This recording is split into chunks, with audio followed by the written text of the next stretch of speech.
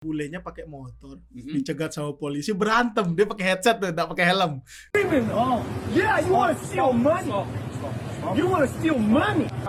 Dia marah-marah tuh, di stop sama polisi. Ya. Kayaknya udah nonton ya. Kayaknya kita relate ya. Ya. Dia enggak boleh, terus saya enggak baca di caption itu bilang dia ngerasa sudah lama di Bali dan itu hal biasa. Okay. Jadi itulah Kak. Kan kayak kita sering bilang pembiasaan itu membuat orang jadi bodoh amat. Bule itu sepertinya melihat kita nggak pakai helm. Balik lagi kita nggak usah ngomong lah. Ini adalah kebijakannya itu begini kan. Tidak diperbolehkan lagi wisatawan khususnya mancanegara untuk menyewa kendaraan lagi di Bali, motor. Ini kebijakannya ya. Dan pekerjaannya bukan yang sifatnya profesional yang kita nggak bisa kerjain Kak. Contohnya dia bisa jadi fotografer. Wow. Ya benar. Bule fotografer. Bule. Terus make up artist. Sudah merambah bisnis. Wah. Yang seharusnya menjadi pekerjaan lokal. Benar. UMKM Kak. Iya, UMKM ini. Berbagi cerita untuk saling inspirasi. YS Podcast. Assalamualaikum warahmatullahi wabarakatuh. Berjumpa lagi di YS Podcast. YS Podcast kali ini kita membahas yang sedang viral nih, yang sedang banyak dibahas, terutama di lingkup pariwisata. Ada apa? Apakah pariwisata kita ini sedang tidak baik-baik saja? Nah, saya sudah bersama nih adik saya nih, bukan orang lain lagi. Nah, yang memang pelaku. Ya, jadi pelaku apa tapi? Pelaku apa ini Dek Dani ini? Pelaku menjaga perasaan orang.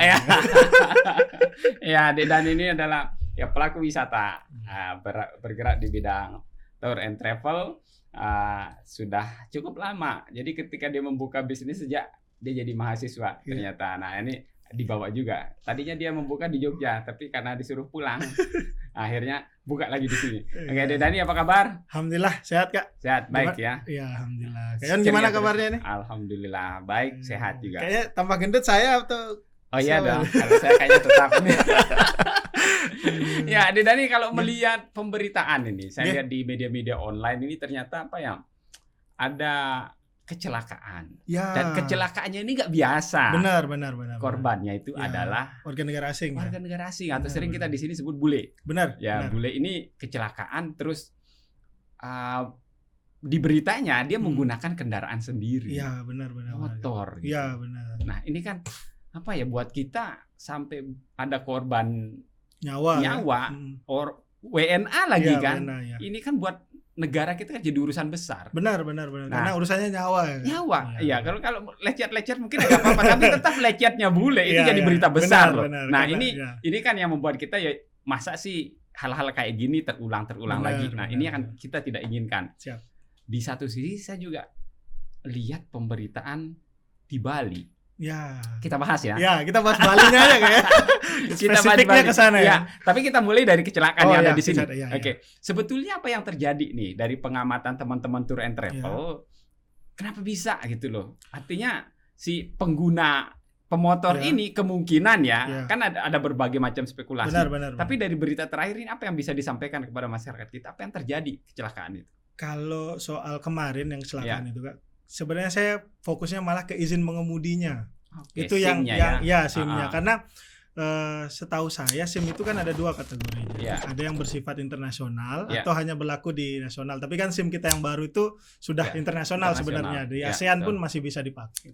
Nah, yang saya tanya ke teman-teman penyewa kendaraan itu ternyata tidak semua memiliki SIM internasional.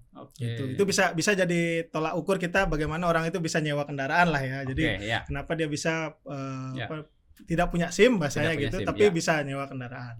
Lalu kecakapan dia pakai kendaraan. Itu salah satu hal yang sepertinya menjadi hal yang utama sebelum orang nyewa. Jadi ketika dia menyewa kendaraan itu bisa jadi dia sudah punya SIM tapi belum cakap dengan kendaraan kita, karena mungkin di Eropa dia sisi kiri Kak. Iya. Nah, sedangkan di sini sisi kanan atau mungkin sebaliknya. Dan kemungkinan dia juga entah kapan pakai motor di situ kan. Benar, bisa pakai mobil. Karena di luar kendaraan umum. Iya, kendaraan umum di sana. Iya. Di sini itu kan bisa dibilang kendaraan umumnya tidak lebih baik daripada kendaraan pribadi. Nah, itu jadi yang jadi perhatiannya adalah dua itu. Dia kepemilikan SIM-nya sama kendaraannya itu dia belum cakap makainya. Nah, untuk yang meninggal kemarin itu kemungkinan besar dia nggak cakap dengan penggunaan kendaraannya karena kecelakaan tunggal. Ya, betul. Bukan dia nabrak, ditabrak atau kejadian apa ya maksudnya force major kayak misalnya ada tiba-tiba banjir atau angin puting beliung cuma atau kendaraan yang tidak bisa dikendalikan. Bener. Nah, jadi dia benar-benar kejadian tunggal gitu. Nah ini kan kecelakaan tunggal artinya kita harus mulai belajar ini, mulai menata SOP, SOP peminjaman kendaraan bagi warga asing. Apakah semudah itu para pemilik pemilik kendaraan ini menyerahkan unitnya, kendaraannya itu kepada teman-teman bule? Dan pengalaman Dek Dani menyewakan kendaraan untuk teman-teman bule ini seperti apa? Kalau untuk bule itu sebenarnya tidak ada perbedaan dengan yang domestik ya Kak. Hanya mungkin beberapa persyaratannya aja yang berbeda. Salah satunya adalah yaitu mungkin paspor, itu kayak gitu-gitu kan, yang sifatnya administrasi lah. Tapi kalau untuk kendaraan yang disewa, yang penting dia bisa make itu nggak masalah sebenarnya. Tetapi semakin kesini itu dalam tanda kutip banyak yang nakal. Ya, nakal itu juga udah mulai. udah dewasa deh. Kalau udah bahasa dalam titip nakal itu ya kita nggak memungkiri namanya dia apalagi orang asing ya. Dia SOP-nya itu sebenarnya begitu dia secara administrasi lengkap, lalu dia kayak apa namanya memahami daerah untuk dia tujuannya kan kita biasanya tanya dulu nih nanti tujuannya kemana aja, berapa hari, lalu kiranya apa yang kita bisa siapkan selain kan unitnya sendiri ya. Nah, selebihnya dari itu kita ya sudah apa ya memberikan unitnya aja langsung. Jadi tidak ada SOP khusus sebenarnya untuk yang domestik ataupun mancanegara ya bedanya. Jadi ya berarti ini tetap harus ditata sebetulnya kan. Benar. Tetap harus ditata terutama terkait dengan dokumen. Orang diperbolehkan menggunakan kendaraan. Benar. Nah, ini kemudian saya mau ke tetangga sebelah ini.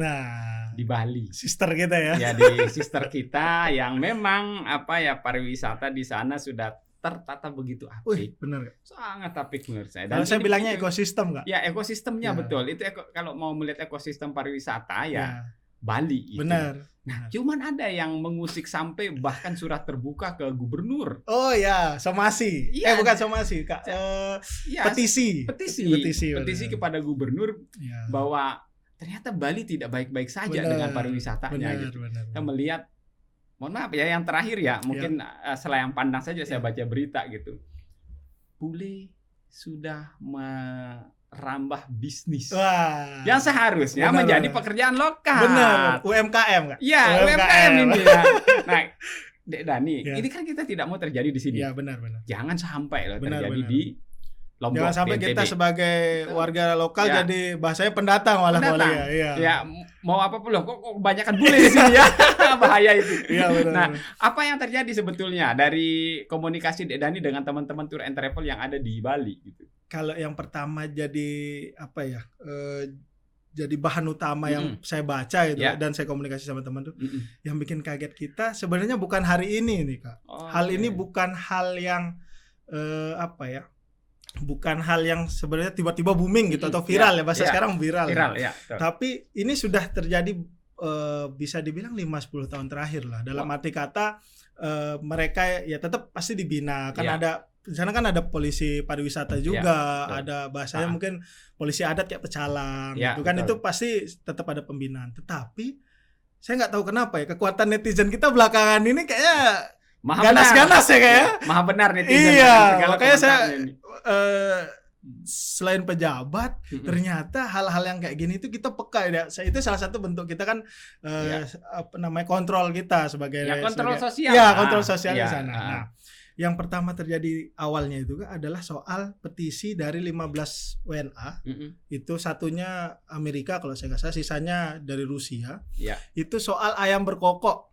Pertama itu Kak. Sebelum yang motor rame di jalan dia nggak pakai helm itu ya.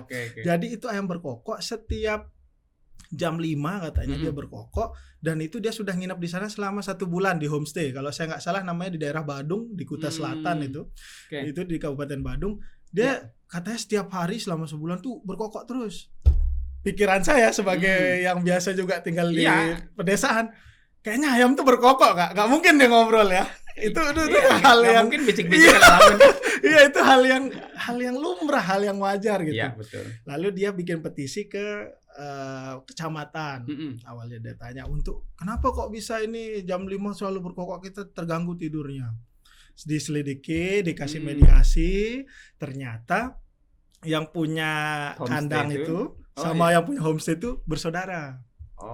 Dan dia berani bikin kandang itu di sana karena ya saudara tadi itu, dan posisinya memang ini homestay, sampingnya itu kayak garasi, dan dia bikin kandangnya di garasi. Ayamnya cuma 7. Jadi bukan peternakan besar kayak ayam boiler jago, kan? Ayam jago kalau jadi punya 7 ayam jago. Itu yang jadi permasalahan pertama. Terus akhirnya di mediasi akhirnya sampai dinas pariwisatanya ngobrol lah, bilang ya namanya kita hidup di pedesaan di tengah masyarakat, ya memang seperti itu. Kalau misalnya mau cari tempat yang lain, pergilah ke itu pilihannya gitu.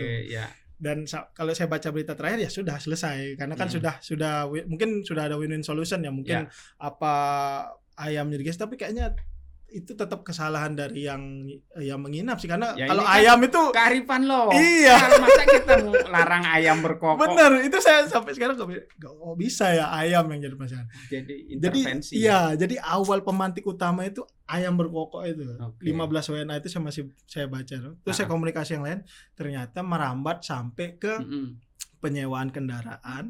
Sekarang ada akun Instagram itu, teman-teman mungkin juga bisa cek namanya. Bisa di-spill izin? Bisa.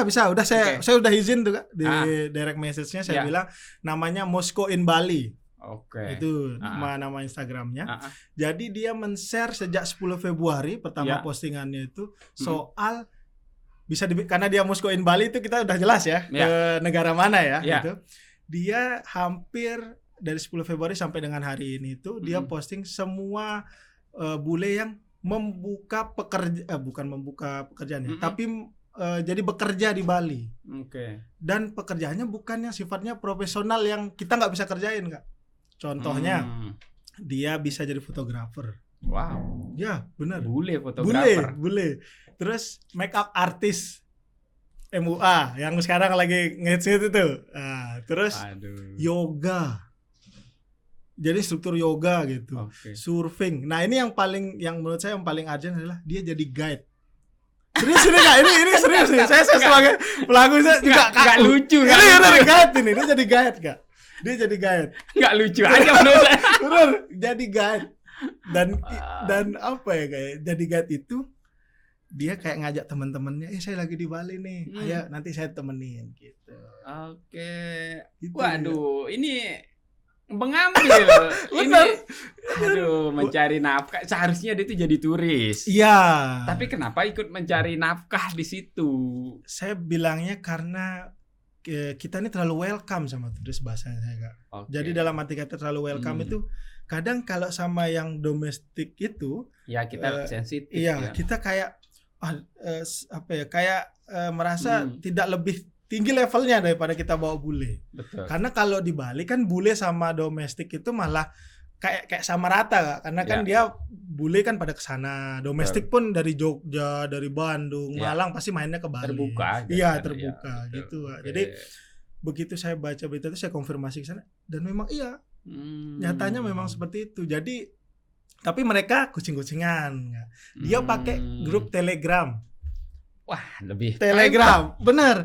Apalagi bahasanya pakai Rusia. Wah, gampang itu. Kita pakai Google terjemahan kita tahu artinya. Iya, dibuka di Telegram. Jadi yang tadi saya masih bahas yang Moscow in Bali tadi itu ya. Dia ngecek dari mana dia tahu dia bikin pekerjaan, dia punya pekerjaan di Bali itu, dia punya grup tele. Jadi dia buka, terus diterjemahkan dia. Jadi dia buka kayak apa ya, kalau kita mahasiswa baru lulus itu infoloker dong. Gitu deh Kak, infoloker dong gitu dia bikin. Enggak kebayang aja maksud saya kok bule yang jadi guide gitu loh. Ini artinya bukan hanya sekedar guide ya, ternyata ada pekerjaan lain ini yang ikut diambil juga. Ambil alih. Nah, kalau kalau saya kan berpikir sebagai masyarakat awam ya. Terus jatah para tour and travel kita itu di mana gitu loh. Nah, terakhir sekitar tanggal 16 ya. Kayaknya 2-3 hari yang lalu. Itu Gubernur Bali Pak Iwayan Koster itu bikin kebijakan yang menurut saya ada minusnya ada plusnya. Minusnya adalah kebijakannya itu begini kan. Tidak diperbolehkan lagi wisatawan khususnya mancanegara untuk menyewa kendaraan lagi di Bali, motor. Ini kebijakannya ya. Tapi belum dalam bentuk perda. Masih sepertinya kajian kayak apa ya, kayak maklumat atau himbauan lah ya bahasanya gitu. Biar para pemilik kendaraan itu juga bisa. Ya, benar. Lalu diwajibkan untuk menggunakan teman-teman travel agent kendaraannya gitu. Tapi minusnya kan jadinya nanti teman-teman yang punya kendaraan itu tidak bisa lagi punya kesempatan untuk menyewakan lagi kan. Jadi ini kayaknya masih tahap kajian lah gitu. Mengganggu dapur. Benar. Arahnya ke sana. Cuma yang saya bilang bagusnya itu adalah jadi teman yang nakal boleh nakal tadi itu. Jadi kita kayak apa ya bahasanya? Kita cut loss gitu. Kalau orang keuangan bilang cut loss itu. Jadi lebih baik rugi banyak. Tapi jadi bagus kayak tadi penataan SOP-nya akhirnya. Jadi terus bule ini kayak ditata terutama untuk Ukraina dan Rusia itu udah digarisbawahi sama Pak Iwan Koster untuk namanya visa on arrival kalau saya nggak salah, tapi saya lupa itu ya pastinya apa, itu untuk dikaji lagi sama imigrasi. Gitu. Ya, imigrasi ya satu bagian ini adalah imigrasi. Benar. Kemudian terkait dengan bekerja itu kan ada kan Kementerian Tenaga Kerja. Ya benar nggak? Kemenaker. Kemenaker ini kan harus menata lagi. Ya yang jelas nggak mungkin dia buka izin kan si bule ini bisnisnya berizin. Pasti nggak mungkin karena dia WNA. Bukan WNA. Ini kan nggak mungkin sekali gitu loh. Kalaupun dia perlu ditelusuri juga tuh statusnya di situ. Apakah dia kalau dia WNI mungkin iya. Bahkan yang mencengangkan kemarin itu kan ada yang kedapatan punya EKTP dari Ukraina dan Rusia itu. Ada beritanya, nanti kita bisa cari lagi tuh. Beneran, dia membayar kurang lebih 30-an juta untuk bisa punya EKTP. Dan kayaknya dia udah dideportasi dah itu. Jadi sejak viral kemarin itu soal Bali itu, imigrasi lagi dalam tanda kutip lagi kerja. Belakangan ini lagi kerjanya lebih ekstra, kayaknya ngelembur ya. Gitu. Atas temuan itu ya. Iya. Jadi salah satunya gini kan kalau kita pengen punya izin usaha kan ada DPM PTSP ya. Untuk Dinas Penanaman Modal terbuka satu pintu kan. Nah, itu kan sekarang ada sistemnya OSS namanya Kak. Nah, OSS itu kita sebagai WNI itu bisa online aja. Jadi kayak misalnya kita mau bikin usaha kayak CV, PT, perseorangan tuh bisa sekarang lewat online. Tanpa perlu ke DPM PTSP, cukup dari rumah. Bahkan bisa lewat di Dinas Koperasi, UMKM itu bisa sangat mudah. Sangat mudah. Nah, kalau WNA setahu saya ya, tapi bisa dikoreksi nanti. Kayaknya enggak bisa deh dia bikin gitu. Kecuali dia saya baca itu di KBJI kalau nggak salah baku sistem ketenagakerjaan Indonesia itu dia hanya sifatnya profesional, contohnya pelatih bola, tenaga profesional, pelatih bola, dokter bola. Nah, itu karena saya nontonnya bola ya kayak, jadi yang familiar di saya tuh bola-bola semacam itu. Tenaga ahli lah. Yang kita kayaknya nggak semua bisa. Kita belum punya tenaga itu. Misalnya menjadi dosen tamu. Benar.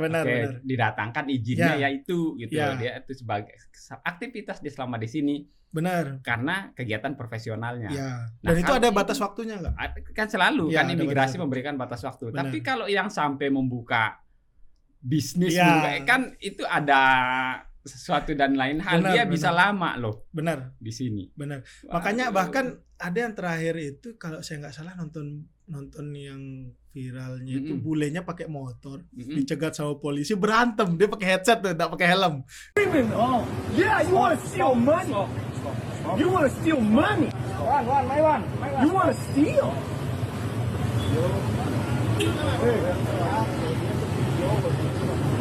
I've been watching Bolivians coming by here over and over again with no helmet. I've been watching the Bolivians come by here over and over with no helmet.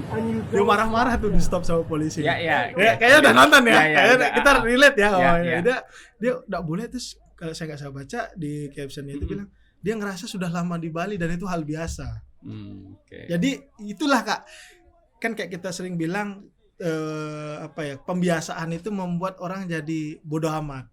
Bule itu sepertinya melihat kita nggak pakai helm. Balik lagi kita nggak usah ngomong lah wisatawan itu bagaimana. Karena dia melihat. Iya, dia melihat kita misalnya nerobos lampu merah, terus nggak pakai helm, pakai motor. Nah makanya ada tuh Instagram tandingannya Kak. Kalau saya nggak salah namanya Bali Foreigner, kalau nggak salah namanya Foreit atau apa gitu. Intinya dia postingan kontennya itu soal kesalahan-kesalahan yang dilakukan oleh masyarakat lokal. Jadi kayak aneh nih Kak. Jadi antara internasional sama lagi crash nih. Ya ini ya membenturkan. Iya. Ya membenturkan, Mbak. Iya. Saya terakhir tonton itu ya mungkin di situ ya akunnya ya. Turis apa bule membeli ini colokan. Oh ya, benar. Kan itu saya nontonnya malu sendiri loh. Artinya dari dikiranya kan bule ini asal bayar aja. Iya, bahasanya scam ya kan. Ya, di scam. Kan dia rekam sendiri kan. Ini kan sangat apa ya? Buat masyarakat kita ini sangat citra negatif gitu. Ya, untuk wisata kita. Ya. Makanya saya terakhir kayak saya kebetulan bulan Februari lalu itu dapat tamu dari Inggris. Ya. Itu dia di sana dokter gigi, dia kesini lagi bulan madu itu. Saya waktu itu bawa ke Bukit Seger. Gak apa-apa lah kita sebut namanya, ini jadi pembelajaran buat kita ya kayak. Betul ya. Waktu itu dan ini memang sering terjadi lah ya, wisatawan Nusantara pun sering mampir. Kan sering juga. Kayak saya juga pasti Ini hal biasa. Datang untuk menawarkan, pertama ditolak karena tujuannya bukan untuk belanja. Itu sudah pasti karena ke sana untuk melihat menikmati alam ya. Betul. Naik ke sana datang 1, datang 2, datang 3, datang 4 sampai 10 saya masih menawarkan barang. Saya tidak permasalahkan menjual barang karena kita mencari rezeki. Ya itu tidak sama sekali permasalahannya. Tetapi yang saya permasalahkan bagaimana cara kita menawarkannya. Betul. Karena saya yakin dari Parekraf itu atau Dinas Pariwisata kita itu pasti banyak pelatihannya Kak. Bagaimana sistem untuk menawarkan apalagi ke wisatawan asing, caranya. Dan itu keluhan yang cukup lama. Iya. Berbagi cerita untuk saling inspirasi. YS Podcast.